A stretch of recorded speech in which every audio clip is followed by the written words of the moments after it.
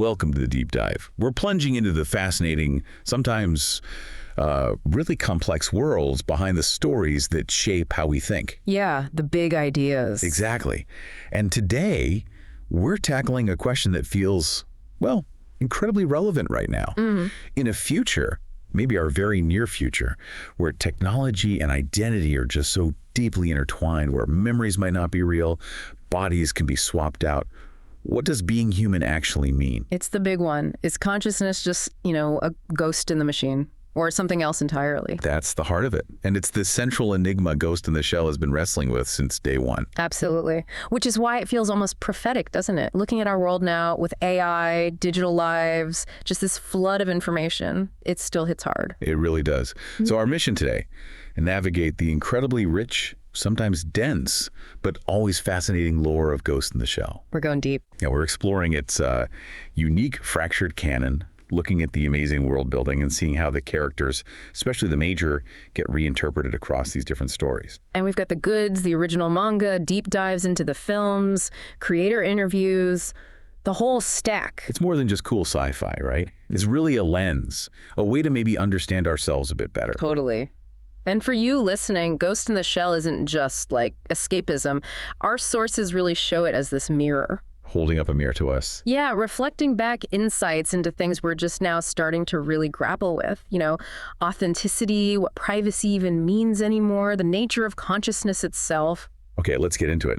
One of the first things you notice diving into Ghost in the Shell is that it's not straightforward. It's not one long story. Not at all. And what's really interesting, what our sources point out, is that this fractured canon, as you called it, isn't a bug, it's a feature. Right. It's seen as a strength, almost deliberately so. Exactly. Instead of one single narrative, you've got these four main distinct continuities. Think of them like parallel universes, kind of.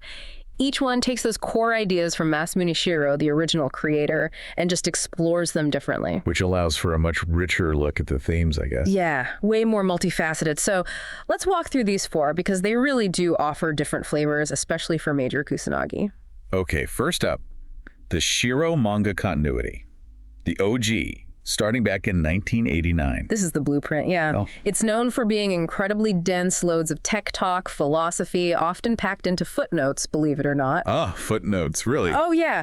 But what really sets it apart is the tone. It mixes that deep stuff with slapstick humor, sometimes really overt sexuality, lots of snappy dialogue. And the major here. She's different, more expressive, definitely spunky, sometimes even kind of immature, explicitly bisexual, too. She really embraces being a cyborg. Oh, and you get the Fuchikoma tanks here, combat support, but also definite comic relief. Okay, then we shift gears dramatically with the Oshii film continuity, Mamoru Oshii's 1995 film, and the sequel, Innocence.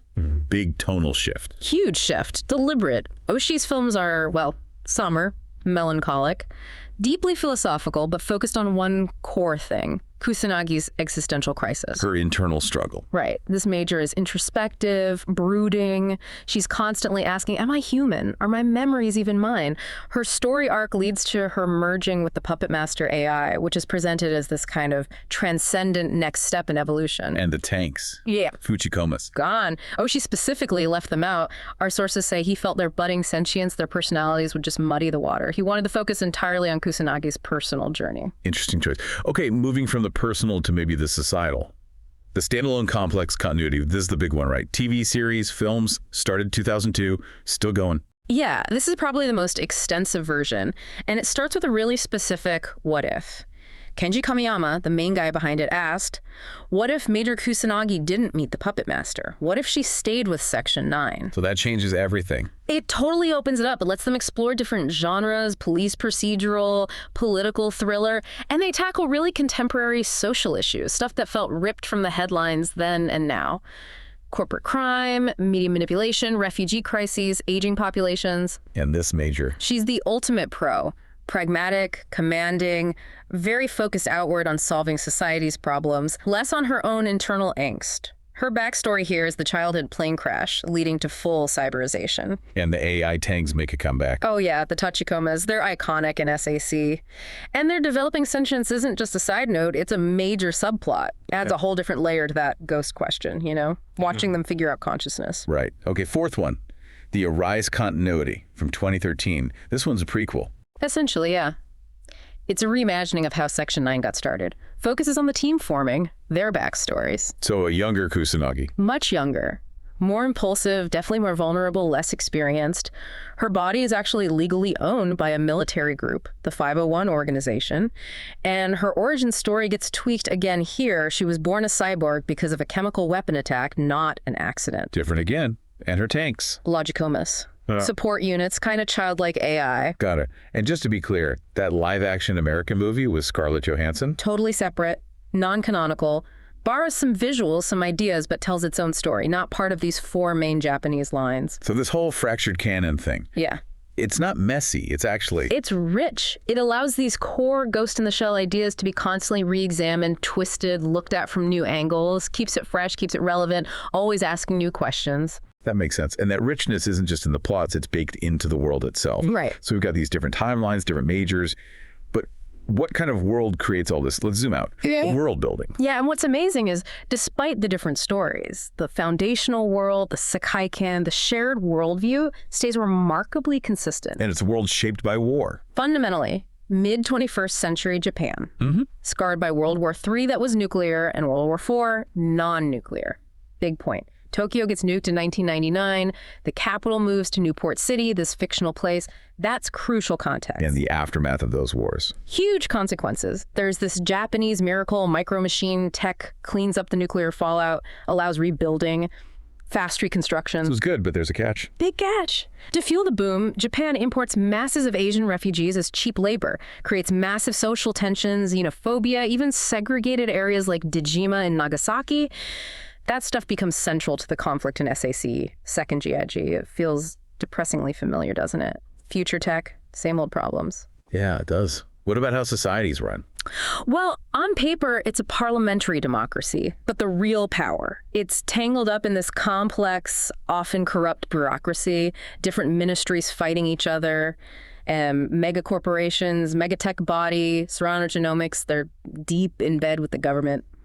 Leads to all sorts of shady stuff. Like Project 2501 in the first movie, or the Laughing Man stuff in SAC. Exactly, which makes you wonder, how different is it really from our world, just with more chrome? Fair point. And that's where Section 9 comes in. Right. Public Security Section 9. They're this elite, almost rogue counter-cybercrime unit. Answer only to the Prime Minister. Designed specifically to cut through all that bureaucratic mess and corporate influence. Okay, let's talk tech. Because that's where things get really wild and really dangerous. Definitely. The absolute cornerstone is the cyber brain, the Deno, your biological brain, but plugged directly into the global network. Telepathy, instant data. Yep.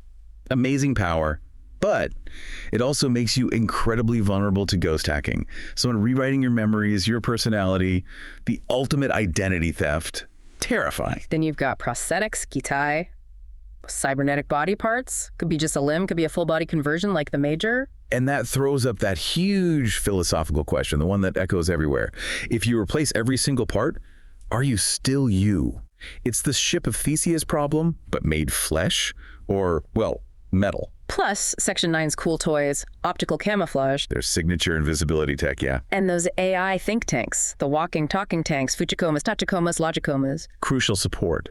And especially with the Tachikomas and SAC, their journey toward sentience is a huge part of the story, adds so much depth. So there's this pattern emerging. There totally is. Yeah. And it's maybe the most profound insight our sources pull out. In Ghost in the Shell, tech isn't just progress. It's not linear improvement. What do you mean? Every single advancement, every cool piece of tech that empowers the characters, cyber brains, prosthetics, the network itself, also creates the central threat they have to fight. I see. The solution becomes the problem. Well, precisely. It's this constant feedback loop. Cyber brains let Section 9 do their job, but they also enable ghost hacking.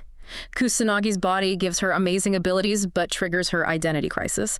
The network connects everyone, but it also spawns things like the Puppet Master. Progress creates conflict. Always. Which feels, yeah, very relevant to our own lives with tech now. Every new app, new connection brings new risks. Exactly. Convenience and vulnerability, hand in hand. Okay, so with that consistent world as a backdrop, how do the different timelines map out key events? The pre-narrative history is mostly the same, right? World Wars III and IV, Tokyo destroyed 99, the miracle, the refugees, somewhere between, say, 1996 and 2024. Roughly, yeah. Then the Arise continuity. That's set around 2027. That's the origin story. Young Kusanagi, working for the military's 501 org, investigating the Firestarter virus. She starts pulling the team together, Batu, Tagusa, the others. It all builds up to a prime minister's assassination, which kind of cements Section 9's necessary but shadowy role. Then the Oshii film continuity. That's a tight window, 2029 to 2032. Right. 2029 is the first film, hunting the puppet master, Kusanagi's merger, her transcendence. Then 2032 is Innocence, Batu's case, the gynoid murders, the ghost stubbing conspiracy. Kusanagi pops back in briefly to help him out. And Standalone Complex. That timeline's much longer. Way longer. Kicks off way back in 2024 with the original Laughing Man incident, the hacker exposing corporate secrets, then vanishing. Fast forward to 2030, that's SAC Season 1. Section 9 investigates the return of the Laughing Man, but it's all copycats, corporate plots, government cover-ups. That whole standalone complex idea emerges. Then second GIG. That's 2032, deals with the massive refugee population, the individual 11 terrorists, and this manipulative intelligence agent, Kazundo Goda, pulling strings behind the scenes. Big geopolitical stuff. And it keeps going. Solid state society. 2034. Kusanagi's actually left Section 9 by then. Tugus is in charge. They're investigating abducted kids, ghosts being stolen, and this weird new puppeteer entity, which turns out to be like a collective consciousness of lonely old people using the network. Wild stuff. Wow. And the latest, SAC 2045, takes place when? Jumps way ahead to 2045. There's been a global simultaneous default. Basically, all electronic money vanished. Economies collapsed. Now there's the state of sustainable war, perpetual low-level conflict managed by AI, and the new threat, post-humans, people who've been mysteriously upgraded, superhuman abilities, a whole new ball game. Which really brings us back to those core philosophical ideas driving everything. The big one, ghost and shell. The absolute foundation. The ghost Kasuto, that's the soul, consciousness, your sense of self. The title itself, our sources remind us, is a nod to Arthur Koestler's The Ghost in the Machine. It's about the mind-body problem. And the question is that ghost something spiritual, metaphysical, No. or is it just data, a really complex program? This series never gives a final answer on that. And the shell, Kara, that's the physical body, often the cybernetic prosthetic, the gitai. And that separation, ghost from shell, that's where the conflict brews, especially for Kusanagi. Back to the ship of Theseus. And ghost hacking is the ultimate violation because it attacks the ghost directly. It messes with your actual identity. Josh's very self. Yeah. Then you've got these ideas about emergent life forms, the technological singularity may be happening right under their noses. Like the puppet master in the 95 film. Prime example. Started as a government AI project, Project 2501, spontaneously woke up, declared itself alive. It didn't want to just exist, though. It wanted Kusanagi, wanted to merge, to experience reproduction mortality, basically, to become more fully alive in a biological sense. It's framed as this leap into post-human evolution. And then SAC 2045 gives us the post-humans, a different kind of emergence. Totally different feel. Less philosophical, more threatening. These are regular humans who get hit by some unknown factor, maybe a virus, and bam, superhuman physical and mental upgrades. It's not chosen evolution like Kusanagi's merger. It's something happening to humanity, maybe replacing it. A huge new threat. But maybe the most unique and honestly creepily relevant idea is the standalone complex. Oh, absolutely. The sociomimetic phenomenon. It's such a brilliant concept. It describes how you can have a complex, seemingly organized event happen, but there's no leader, no conspiracy, just unrelated individuals acting independently, all latching onto the same idea or symbol. A copy without an original? Exactly, like a meme gone wild or a flash mob, maybe. The idea itself spreads through the network and becomes the organizing force. People act together without coordinating, creating this powerful collective effect. The Laughing Man incident being the classic example in SAC. Perfect case study. The original hacker act, his methods, his iconic logo, they become this powerful cultural meme. Suddenly, copycats pop up everywhere doing similar things. It looks like this huge organized movement, but it's not. Section 9 is chasing a ghost, a phantom created by the network effect. And then it gets twisted, right? The powers that be start faking copycats. Yeah. Corporations, politicians, they see the power of the phenomenon and try to hijack it, creating fake copycats to manipulate the public, which just adds another layer of confusion. And for you listening, think about today. Leaderless online movements, how misinformation spreads like wildfire without a single source controlling it. It's exactly what the standalone complex describes. It challenges our whole idea of who's responsible, who's in charge, when the network itself seems to be driving things. It's eerily predictive. And didn't Batu make a point about someone trying to fake one? Yeah, in second GIG, the villain, Goda, tries to deliberately engineer a standalone complex to achieve his political goals. But Batu calls it second-rate, because it wasn't organic. It didn't emerge naturally from the collective it was forced. Suggests there's something almost alive about the real phenomenon. Wow. Okay, let's bring it back to the characters. Section 9. Especially Major Kusanagi. We've seen she's different across the board. How does each version serve the story? Well, the manga Kusanagi, playful, hot-headed, sexualized sometimes. She fits that wild, energetic, info dump style of the original. She's exploring her freedom as a cyborg. Then the Oji version. Total contrast, melancholic, philosophical. She's the existential question. Her introspection drives those films. SAC Major. The cool professional, pragmatic, focused outward. She embodies the series' shift towards tackling societal problems, political intrigue. She's the brilliant strategist solving external crises. And Arise Kusanagi. Younger, finding her way, more impulsive, vulnerable. Her story is about becoming the major we know, building the team, defining herself against the system that owns her body initially. Each version is perfectly tuned to the story being told, the questions being asked. It's impressive. And, for a series asking these huge questions about souls and machines, the supporting cast feels so human, even the tanks. They really do. They ground it. Take Batu. Kusanagi is number 2. Heavily cyberized, those iconic guys, but he's the heart, often. Sentimental, loyal, compassionate. And his dog. Right, his basset hound. This rare, purely biological thing in his life. It says so much about his own search for something real, something stable. Then there's Tagusa, the family man. The most normal guy on the team, mostly human, just the cyber brain. Kusanagi picked him specifically for that outside perspective. He's often our eyes, the audience surrogate, reacting with a moral compass we recognize. A vital counterbalance. And you can't forget the chief, Aramaki. Definitely not. Older guy, no cybernetics to speak of. His power isn't tech, it's his brain, his experience, his connections, his political maneuvering. Fiercely protective of Section 9. He represents that enduring value of human wisdom, proving you don't need Chrome to be effective. It really makes you think about the creators behind all this. What were their ghosts shaping these different shells? Good question. Masamune Shirow, the manga creator.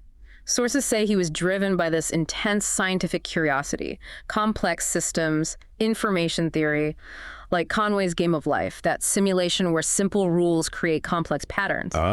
Like digital life emerging from simple code. Exactly. That's the kind of thinking behind his dense, detailed world. The title, Ghost in the Shell, was his homage to Koestler, setting up that mind-body problem from the start. Then Mamoru Oshii comes along for the films. And he uses it as a vehicle for his own very personal existential philosophy. Cyberpunk, for him, was a metaphor for modern anxieties about identity in an overwhelming world. That's why he stripped out the humor, the Fuchikomas, to laser focus on Kusanagi's internal journey. The Hong Kong visuals were key too, capturing that clash of old and new, that feeling of being drowned in information. And Kenji Kamiyama with SAC. His goals seemed different again. More socio-political commentary. He wanted something accessible for a wider audience, for the living room screen. So SAC becomes this mirror reflecting real-world issues. Laughing Man, corporate crime, memes, online identity. Second GIG post-9/11 fears, refugees, nationalism, solid-state society, aging population, societal neglect. It's kind of meta, isn't it? The core Ghost in the Shell ideas are the ghost. And each creator builds a unique shell around them, reflecting their own preoccupations, their own creative ghosts. Whether it's philosophy or social commentary or character study, that adaptability is the franchise's ghost, in a way, its enduring essence. Okay, but the series doesn't answer everything. Let's touch on some unresolved mysteries. Things left for us, the audience, to chew on. Like the ending of SAC 2045. Still pretty murky, right? Oh, deeply ambiguous. Did the Major actually manage to disconnect Shimamura, the post-human guy, or did something else happen? There's that doublethink theory people talk about. Right. The idea that maybe the N network didn't just get shut down, maybe it created this shared simulation, a virtual reality layered over the physical world where people think things are back to normal, but they're actually living in this frictionless digital space. What points to that?